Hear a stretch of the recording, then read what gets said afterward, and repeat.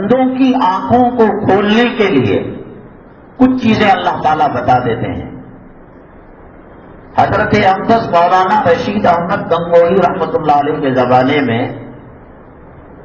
ایک کمار تھا. کمار کہتے ہیں مٹی کے برتن بنانے والے کو. اس نے جو کٹورا بنایا بہت زمانے تک جلال آباد، تھانہ بھون، مظفر نگر، یہ نانوتا، ان دیہاتوں کے اندر مٹی ہی کے پیالوں میں چائے پی جاتی تھی. ہم جب پڑھ رہے تھے کم و بیش اسی کا استعمال تھا. اس کمار نے ایک پیالہ بنایا. جو چیز ٹھنڈی، برف کا پانی ڈالو وہ گرم ہو جاتا تھا، سالن ڈالو گرم ہو جاتا تھا. لوگوں کو سمجھ میں نہیں آیا کیا سائنٹیفک طریقہ کار کو اپنایا ہے یا کرامت ہے یا اللہ تعالیٰ کی قدرت کا نمونہ ہے. بہت لوگ پریشان ہوئے اور حضرت اقدس مولانا گنگوہی رحمۃ اللہ علیہ کے پاس گئے. اور یاد رکھو، اس زمین کے نیچے، اس زمین کے اوپر، آسمان کے نیچے علماء، حفاظ، نبی کے نائبین، نبی کے جانشین، نبی کے وارثین، ان سے بڑھ کر کوئی حکمت والا اور عقل مند نہیں ہے. جب پل صراط سے جنتی جنت میں چلے جائیں گے اور جہنمی جہنم کے اندر چلے جائیں گے، حضرت اویس قرنی رحمت اللہ علیہ جانا چاہیں گے، اللہ کہے گا کہ رک جاؤ. ایک عالم ہے وہ بھی، رک جاؤ. قدم لڑکھڑا گئے، خدا جانے کیا فیصلہ صادر ہونے والا ہے. کہاں پیچھے کی طرف مڑ کر تو دیکھو.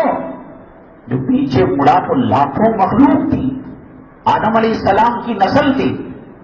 کہا کہ ان پر جہنم واجب ہو چکی ہے. اویس، تم جس کے سر پر ہاتھ رکھو گے، اشارہ کرو گے، میں رب اپنی عزت و جلالت کی قسم کھا کر کہتا ہوں کہ ان کو جنت میں بلا حساب و کتاب بھیج دوں. کسی کے پاس پانی دولت ہوگی، ہوائی جہاز ہوگی، راکٹ ہوگا، کروڑ پتی ہوگا، ارب پتی ہوگا، ہمارے پاس اللہ کا قرآن ہے، ہم شام کرتے ہیں. سوالات پیغمبروں کا نور ہے.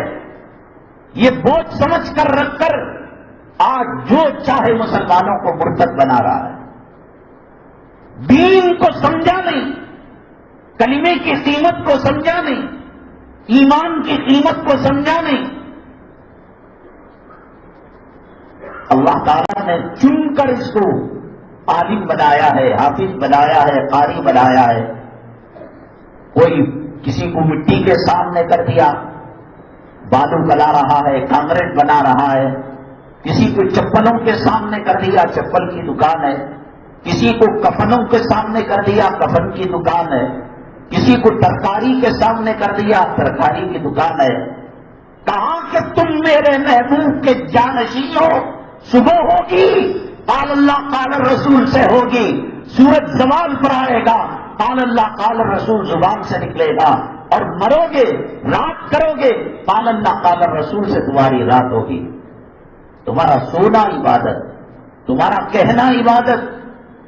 دنیا بھر کے سائنسدانوں کو بلا لو، ڈاکٹروں کو بلا لو، فلاسفر کو بلا لو، انجینئر کو بلا لو، ناسا کے engineer, soft where hard where کے ماہرین، راکٹ بنانے والوں کو بلا لو اور ان کو قبرستان سے گزارو.